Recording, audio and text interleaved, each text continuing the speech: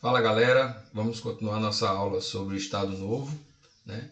Já tínhamos visto como Vargas consolidou-se no Estado Novo, de que forma ele utilizou a instabilidade política do período constitucional, né? A manobra da intentona comunista, o desastre que a ANL fez e que acabou dando a Vargas os subsídios que Vargas precisava para estabelecer essa tomada de poder. Vimos a Constituição de 1937 após o golpe de Estado proclamado, ou seja, entendemos como funcionou a Constituição polaca, a Constituição criada por Francisco Campos e que foi alvo inclusive de questão do Enem, como citado na aula anterior. Observamos alguns destaques da Constituição de 1937 que são importantes só relembrar. Vargas fechou o Legislativo, Vargas submeteu o Poder Judiciário ao Executivo, ou seja, só tem um poder, é o poder centralizado nas mãos dele. Vargas cria instrumentos para perseguir seus opositores e estabelecer o controle social. Destaque aqui para o DOPS, que muita gente pensa que é do regime militar, e o DAESP, que são órgãos de censura, órgãos que vão controlar o Estado. Para isso, Vargas suspende o direito de habeas corpus, assim como o restante dos direitos individuais, ou seja, ele pode caçar quem quiser, pode manter preso quanto tempo que quiser, e utiliza um instrumento de propaganda que a gente vai reforçar daqui a pouco, que foi o DIP. Eliminou dos trabalhadores o direito de greve, submeteu os sindicatos à sua tutela, que é o peleguismo, os sindicatos controlados e manipulados pelo Estado, manteve as conquistas trabalhistas, depois com a consolidação dessas leis, estabelece o direito de pena de morte e nomeia interventores para os estados, ou seja, Vargas governa com absoluto controle. Tudo foi ruim durante o período do Estado Novo? Não, mas é uma ditadura. E na história do Brasil, posso lhe assegurar, a pior de todas as ditaduras. Certo? Mostrando sua força de poder, convoca os interventores com suas constituições e bandeiras para uma cerimônia no Rio de Janeiro, onde simbolicamente Vargas deixa claro que os estados não têm mais autonomia. Todos os governadores vão ser convocados para comparecerem numa pira, um fogo na cerimônia para queimar as bandeiras estaduais e consolidar a bandeira nacional. Ou seja, Vargas agora ditador de fato e de direito. E durante essa ditadura, que eu disse a vocês, foi inclusive já relatada no Enem recentemente, numa questão sobre Francisco Campos e a Constituição de 1937, Vargas agora tem tempo e projeto político para se organizar dentro desse processo que ele chama de Estado Novo, nome copiado aí do Antônio Salazar, da ditadura portuguesa. Eu começo essa segunda parte do Estado Novo e, consequentemente, a queda de Getúlio, mostrando uma charge de Belmont, que era um dos grandes chargistas da época, e que ele retrata bem direitinho esse início da fase do Estado Novo. Olha que sensacional. Vargas, em 1930, está feliz, ele deu um golpe de Estado, derrubou as oligarquias. Em 1931 ele continua feliz, nomeou interventores, governa por decreto-leis, mas em 1932 ele fica triste. Fica triste porque São Paulo resolve contestar o seu poder, a Revolução Constitucionalista de 1932. Vargas sufoca essa revolução, em 1933 volta a ficar feliz novamente, convoca a Assembleia Constituinte, marca uma eleição indireta para presidente, e em 1934 ele está super sorridente também, porque agora ele é presidente constitucional. Permanece em 1935 bacaninha, mas aí vem a intentona comunista. Tentativa desastrosa da ANL de tomar o poder, que resulta em fracasso. Vargas persegue seus opositores, fica aí o ano de 1936 sisudo o tempo todo com estado de sítio. Em 1937 ele pede ao Congresso para que esse estado de sítio seja prorrogado. O Congresso não aceita, ele inventa o plano Corren e aí malvadão ele chega ao poder agora como um ditador. Essa charge é fantástica, tem uma outra depois que a gente vai ver mais adiante. Tá joia? Bom, ele propõe um projeto de governo, que é o nacional desenvolvimentismo, o Brasil se tornando um país forte, em parte, grande parte do capital que vai ser utilizado neste período vai vir dos Estados Unidos, né, porque os americanos vão se envolver na Segunda Guerra Mundial. O Brasil vai tentar ficar de fora, a gente vai falar disso também nessa aula, o tempo que dá, mas aí depois não tem mais jeito, ele teria que se posicionar. Vargas consegue dinheiro americano a fundo perdido, ou seja, emprestado para perder mesmo, né? E assim ele consegue estabelecer muitas das empresas estatais que o Brasil vai criar para atender a demanda americana na Segunda Guerra. Entre essas empresas, a gente pode destacar aqui a CSN, né, que é a Companhia Siderúrgica Nacional, responsável por transformar minério em aço, nossa primeira grande siderúrgica, não quer dizer a primeira siderúrgica, lembre-se lá de Arthur Bernardes, que criou uma siderúrgica em Viçosa, Minas Gerais, exatamente o estado dele, certo? Cria a Companhia Vale do Rio Doce, que vai ser a grande prospectora desse minério, hoje é a maior mineradora do mundo. Cria a FNM, a FNME, ou Fábrica Nacional de Motores, para criar máquinas pesadas, automóveis, motores de avião. Vocês olha como é que o Brasil desenvolveu essa tecnologia. Os americanos passaram para a gente acreditando que a gente ia entrar no esforço de guerra e fornecer para os Estados Unidos o que eles queriam. A gente não mandou um motor para os Estados Unidos, mas aprendemos a construir carros, motores, máquinas pesadas, entre outras coisas. Criamos uma fábrica de álcalis, né? Ou seja, de produtos químicos, também com tecnologia e know-how americano. E a Companhia Hidrelétrica do São Francisco, a CHESF, que até hoje, né, manda parte da energia que o Nordeste precisa, né, que naquela época precisava para esse esforço industrial que Vargas vai dar ao Brasil. Finalmente entramos, né, numa revolução industrial tardia, financiada pelos Estados Unidos em parte e patrocinada pelo Estado, né, as empresas estatais. Esse é o grande marco do início da industrialização brasileira, que só começa a modificar-se realmente com Juscelino Kubitschek, quando ele abre as portas para as multinacionais, e aí nós teremos a entrada das gigantes de bens de consumo duráveis em nosso país. Mas Vargas, com essa política nacionalista, concentra no Estado, certo, essas decisões. Como eu disse a vocês, a gente precisa falar um pouco sobre o DIP, Departamento de Imprensa e Propaganda. O DIP tinha duas funções. A primeira era censurar os meios de comunicação e só colocar no ar aquilo que interessava ao Estado Novo, aquilo que Vargas achava que era coerente. Assim ela tinha um programa radiofônico diário, que era a Voz do Brasil, assim ela impedia que notícias desagradáveis ao governo chegassem aos olhos e aos ouvidos das pessoas, né? Ao mesmo tempo que também manipulava a educação, manipulava os livros didáticos, censurava a literatura, os jornais e outros meios de comunicação. Aqui você tem uma imagem bacana, bem simbólica, né? Getúlio Vargas, o amigo das crianças, né? É preciso plantar, é preciso mostrar que a alma da pátria eram as crianças. E aí cria-se aquela imagem daquele Vargas bondoso, apegado às crianças, apegado ao Brasil, ao ponto de fazerem aí até um Pai Nosso na época da Revolução de 30, baseado no modelo varguista, né? Então Vargas cria, ao mesmo tempo que é um ditador perseguidor, cruel e torturador, é também o pai dos pobres, o amigo das crianças, o amigo do Brasil. Essa puxação de saco foi tão grande, se vocês não sabem, em 1941, por ter feito alguns contos infantis, que no mínimo não foi ele que escreveu, mas atribuídos a ele, Vargas vai ser nomeado para a cadeira da Academia Brasileira de Letras, né? Se torna um imortal da literatura brasileira. Coisas de uma ditadura. E aí o Brasil, né, durante esse período do Estado Novo, entra na Segunda Guerra Mundial. Mas a gente não queria entrar na guerra.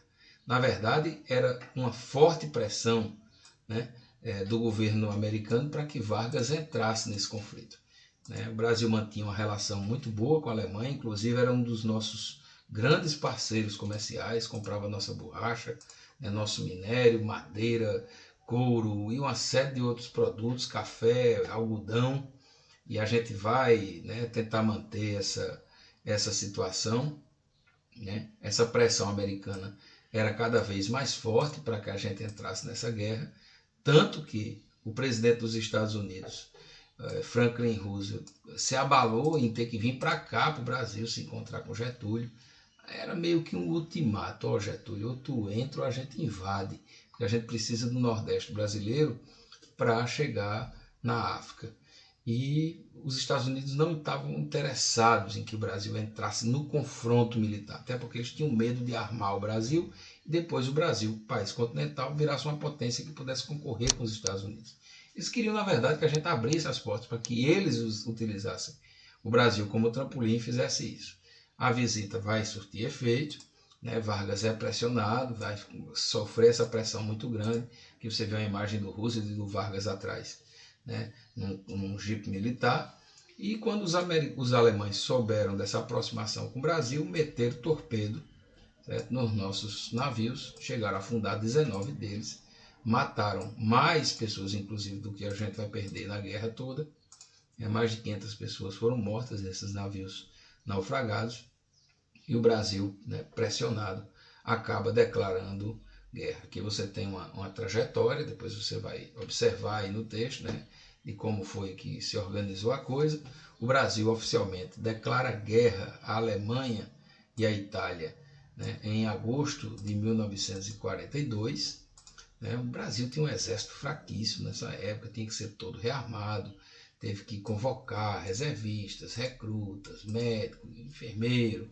E aí ele oficialmente forma a FEB. Por que Vargas não mandou o exército do Brasil? Vargas sabia que se mandasse o exército, sairia igual o Dom Pedro II, lá na Guerra do Paraguai. Criou um monstro para derrubar ele mesmo. Então ele cria a FEB, uma força expedicionária à parte, né, que vai ser enviada para a guerra. Essa FEB foi criada em 1943. Né? E aí tem até aquela história de que é mais fácil uma cobra fumar do que o Brasil entrar na guerra. Pois bem, a cobra fumou, o Brasil mandou um contingente significativo para a Europa, 25 mil homens, grande parte deles recrutas rasos, sem menor experiência em combate, né, que vão lutar nesta guerra. Era uma forma dele tentar não fortalecer o papel do exército.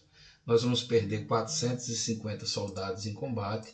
Nossa participação foi brilhante, certo? A gente não pode desmerecer isso aí. Tivemos uma campanha militar esplendorosa na Itália, com batalhas decisivas, tomamos diversos pontos que eram controlados por soldados alemães, não eram italianos, porque no desespero, quando Mussolini cai, Hitler invade a Itália, né? Conquistamos, né, Monte Castelo, Castelnovo, Montese, né, com a ajuda aí do exército americano, mas principalmente pela força, né, e obstinação dos nossos pracinhas. Aí você tem gente que diz assim, até hoje, por que existe esse nome pracinha? Praça era como você chamava um militar. Na época o nome era, e aí praça? Né? Vai sentar praça aonde? Ou seja, vai servir aonde? E aí Vargas foi e decretou que os nossos homens, os nossos heróis que tinham ido lutar na guerra, eram pracinhas, olha, no diminutivo, para mostrar exatamente, ou desmerecer, ou desqualificar, ou tentar diminuir o prestígio do exército nesse processo. Já já a gente chega no ponto polêmico.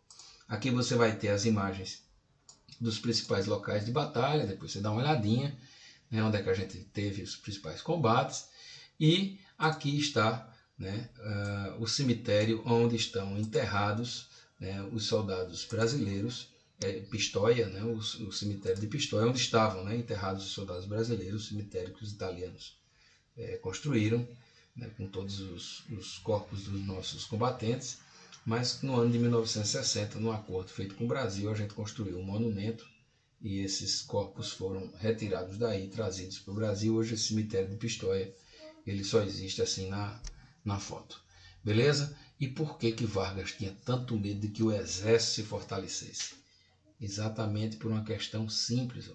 O Brasil mandou para a guerra milhares de soldados para combater ditaduras na Europa. A ditadura fascista de Mussolini e a ditadura nazista de Hitler.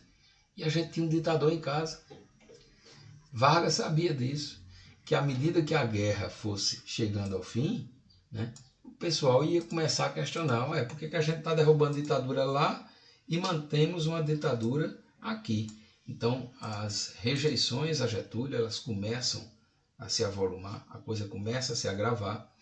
Né? O primeiro grande movimento é o Manifesto dos Mineiros, intelectuais de Minas Gerais exigindo democracia no Brasil.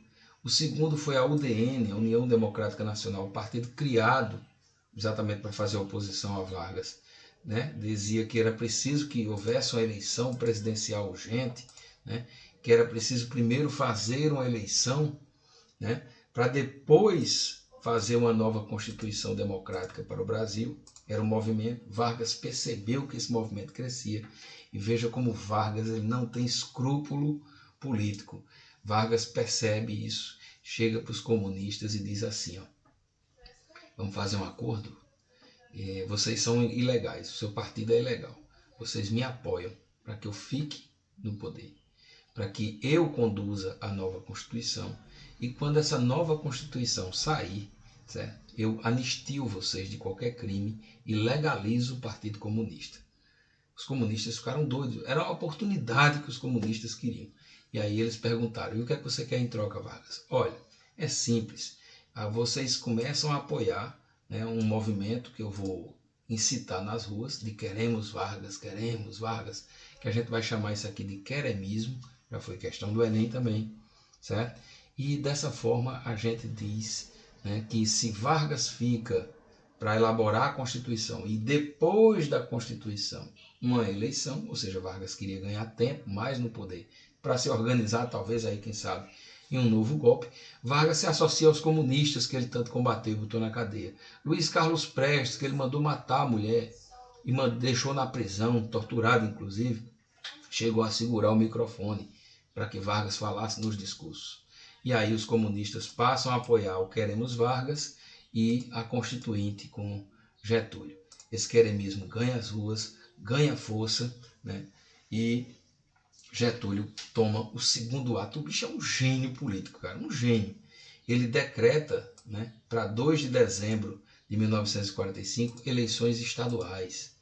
E aí quem estava nos estados? Os interventores que iam fazer essa eleição.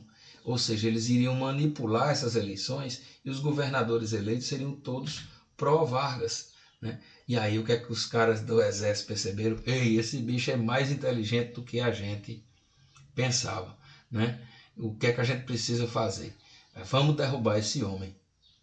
Vamos derrubar esse homem porque ele vai se fortalecer nos estados e a coisa vai se voltar e Vargas vai se fortalecer novamente e não sai mais daí não. E aí começa a conspiração dentro do exército, onde 2 protagonistas vão ser destaques. O Góes Monteiro, aquele que botou ele lá em 30 no poder, agora quer tirá-lo, e o ex-ministro da guerra do próprio Getúlio, Eurico Dutra, que queria ser o presidente da República. Vargas vai percebendo esse jogo político, ele vai manobrando tudo, aí comete um erro fatal. No dia 25 de outubro, ele nomeia o irmão como chefe de governo, né, o chefe do Distrito Federal, para que ele pudesse perseguir exatamente, né, todos os militares que estivessem conspirando contra o regime. Era a última tentativa de Vargas ficar no poder. E aí o alto comando não perdoou. No dia 29 de outubro, o palácio é invadido por tropas militares. Góes Monteiro anuncia a Vargas e pergunta: você quer sair com emoção ou sem emoção? E Vargas vai e percebe que chegou o momento de retroceder, de chegar e ter calma e paciência dentro do seu jogo político. E ele olha assim para Góes Monteiro e faz: olha, se você me der o exílio, ou seja, se você me permitir voltar para minha terra, sem que eu responda por crime nenhum, eu saio. Eu renuncio ao cargo, sem guerra, sem confronto, e vocês ficam com o poder. Dutra e o Góes Monteiro aceitam. Vargas se retira do palácio. Né? O presidente do STF assume, né, provisoriamente o poder. As eleições de 2 de dezembro vão ser mantidas, mas agora não para governadores do estado só, e sim presidente da República, e Dutra vai ganhar a eleição. Vargas, antes de sair, disse a Dutra: Dutra, tá vendo aquela escada ali, que era a escada do palácio?